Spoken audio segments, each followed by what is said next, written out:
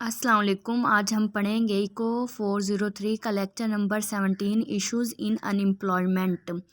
First topic है purchasing power parity, इसे PPP भी बोलते हैं। A doctrine that states that goods must sell at the same price in our countries is known as PPP. In PPP, the nominal exchange rate adjusts to equalize the cost of a basket of goods across countries. The reason for PPP is arbitrage, the law of one price. अगर आपने इसे find out करना है तो आप इसे इस तरह फाइंड कर सकते हैं।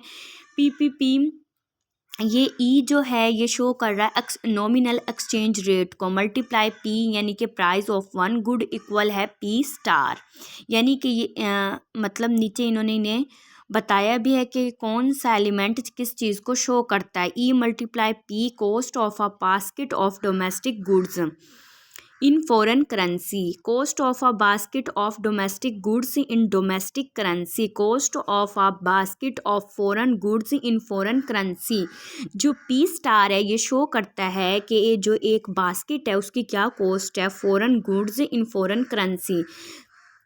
हम अपने मुल्क में देखेंगे, फॉर एग्जांपल हमारे मुल्क में एक चॉकलेट है तो उसकी क्या प्राइस है हमारे मुल्क में, और उसी चॉकलेट की दूसरे मुल्क में क्या प्राइस है।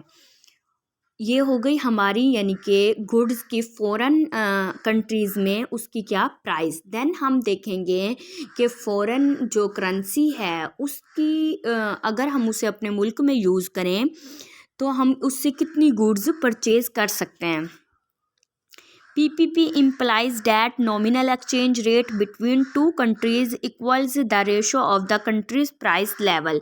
इसका ये फार्मूला आप देख सकते हैं। अगर वो कह रहे हैं कि आपका क्या है, आपके एक्सचेंज रेट इक्वल है 1 के, इस तरह ये देखें ये फार्मूला है। ये जो ई है इसका इन्होंने लिखा है P over P star equal है P over P multiply P over P. यहाँ से यहाँ पी कट गया, पी स्टार से पी कट हो गया, देन हमारे पास 1 बच गया। Does P P hold in the real world, क्या रियल वर्ल्ड में ये मतलब फाइंड कर सकते हैं, क्या ये मौजूद होती है। P P does not hold in the real world for 2 reasons. इसके 2 रीजन्स है, ये रियल वर्ल्ड में होल्ड नहीं होती। एक है इंटरनेशनल आर्बिट्रेज नॉट पॉसिबल। इसकी फिर मज़ीद 2 टाइप्स हैं, not treated goods, transportation costs. एक जैसी इक्वल प्राइस 2 कंट्रीज़ में नहीं हो सकती। क्यों नहीं हो सकती? क्योंकि जब एक मुल्क से गुड्स दूसरे मुल्क आती हैं इंपोर्ट्स होकर तो उनकी हमें ट्रांसपोर्टेशन कॉस्ट भी हमें बियर करनी पड़ती है। Goods of different countries not perfect substitutes. Next इसका पॉइंट ये है कि जो गुड्स होते हैं डिफरेंट कंट्री की वो एक दूसरे के मुकम्मल मुतबादिल यानी कि सब्सटीट्यूट्स नहीं होते। Non less PP is a useful theory, it's simple. एक तो ये सिंपल थ्योरी है, और नेक्स्ट इसका पॉइंट है in the real world nominal exchange rate have a tendency toward their PP values over the long run. Next जो हमारा topic है कि इश्यूज़ इन अनएम्प्लॉयमेंट, अनएम्प्लॉयमेंट के जो इश्यूज़ हैं। Natural rate of unemployment, natural rate of unemployment is the average rate of unemployment around which the economy fluctuates in a recession। the actual unemployment rises, जो actual unemployment है वो rises होती है, बढ़ जाती है above the natural rate।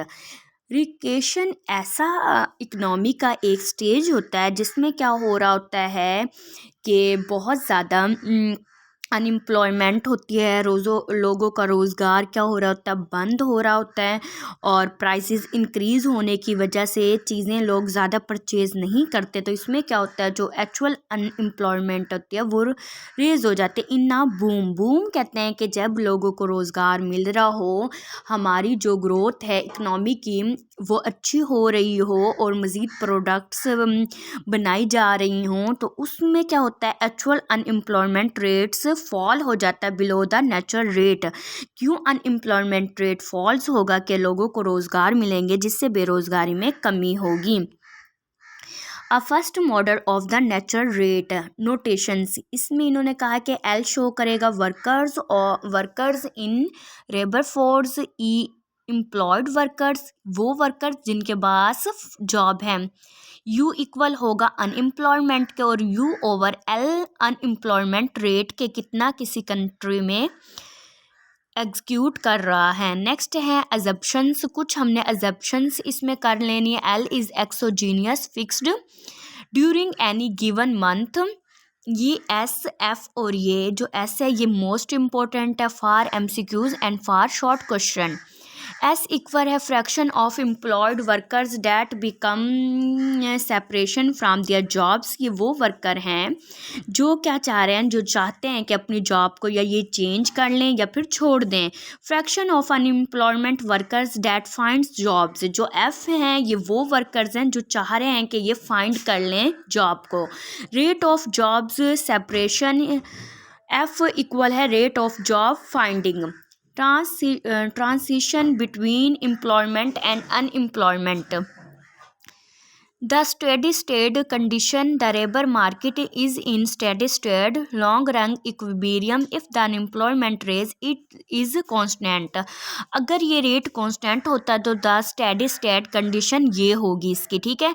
Number of employed people who loss और leave their jobs वो किसके एस के इक्वल होंगे।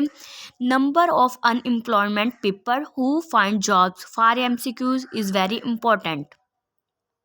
Solving for the equilibrium you rate, अगर आपने ये रेट फाइंड करना आप इसे सॉल्व करेंगे फाइनल आपको हासिल होगी यू ओवर एल इक्वल है S over S plus F. Example देख लेते हैं। Etch month 1% of employed workers loss their job, 1% लोगों ने अपनी जॉब छोड़ दी है। Etch month 19% of unemployment workers find jobs, 19% लोगों को जॉब मिल गई है। Find the natural rate of unemployment, unemployment का रेट कैसे फाइंड करेंगे, जितने परसेंट लोगों ने छोड़ी है वो एस है, नीचे भी एस आ जाएगा प्लस एफ जिन्हें जॉब मिली है, इन दोनों को प्लस करके इस पे डिवाइड कर देंगे तो आपका आंसर आ जाएगा 5%। ये आपको वो एग्जाम्पल कोई भी दे सकते हैं तो आपको ये फार्मूला भी आना चाहिए for MCQs and for short question.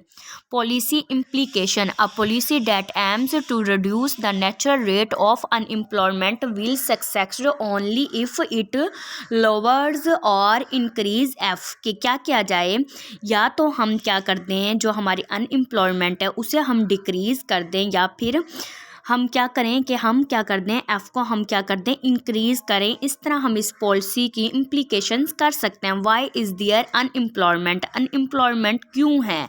If job finding were instantaneous F equal 1 then all spells of unemployment would be brief and the natural rate will be near zero, जो natural rate है वो होगा will be zero। अब job search और wage rigidity। Next है job search frictional unemployment. Frictional unemployment is caused by the time it takes workers to search for a job. Frictional unemployment क्या है कि लोग क्या करते हैं, उन्हें जॉब सर्च करने के लिए भी वो टाइम लेते हैं, उसकी वजह से फ्रिक्शनल अनएम्प्लॉयमेंट होती है। It occurs even when wages are flexible and there are enough jobs to go around. It occurs because, इसके वाक़या होने की क्या वजूहात हैं, workers have different abilities preferences, work jobs have different skills requirements, geographical mobility of workers, not instantaneous flow of information about vacancies and job candidates is imperfect. क्या होता है बाज़ दफ़ा जो हमारे जॉब हैं, जो वैकेंसीज आई हुई हैं वो डिफरेंट स्किल्स रिक्वायर्ड करती हैं, जो स्किल्स वर्कर्स के पास नहीं होती। फिर जॉब्स आती हैं दूसरे शहरों में, सिटीज़ में, अगर हम मोबिलिटी नहीं अफोर्ड कर सकते हैं, हम कहीं दूर जाना हमारे लिए मुश्किल है, तो वो वैकेंसी के लिए हम अप्लाई नहीं करते और हमारे पास वैकेंसीज़ और जो जॉब्स आती रहती हैं उनके बारे में हमारे पास मालूमात कम होती है या हम अप्लाई कम करते हैं। इसकी वजह से जो अनएम्प्लॉयमेंट होती है उसे क्या कहते हैं, फ्रिक्शनल अनएम्प्लॉयमेंट। आप अक्सर डिमांड करते हैं कि शॉर्ट लेक्चर्स हों, कोई शॉर्ट नोट्स प्रोवाइड किए जाएं। ये वीयू के ये जो हैंडबुक है ना, ये शॉर्ट ही नोट्स हैं। इसमें हर पॉइंट आपका इम्पोर्टेंट है। आप मेरा लेक्चर सुनने के बाद अंडरलाइन किया करें मेन पॉइंट्स को, और इसे 2-3 टाइम्स इसे रीड किया करें। और अगर इसमें कोई डायग्राम्स आ जाती है तो उसकी आप हैंड से उसकी प्रैक्टिस किया करें। वीडियो पसंद आने की सूरत में वीडियो को लाइक करें, चैनल को सब्सक्राइब करें। शुक्रिया।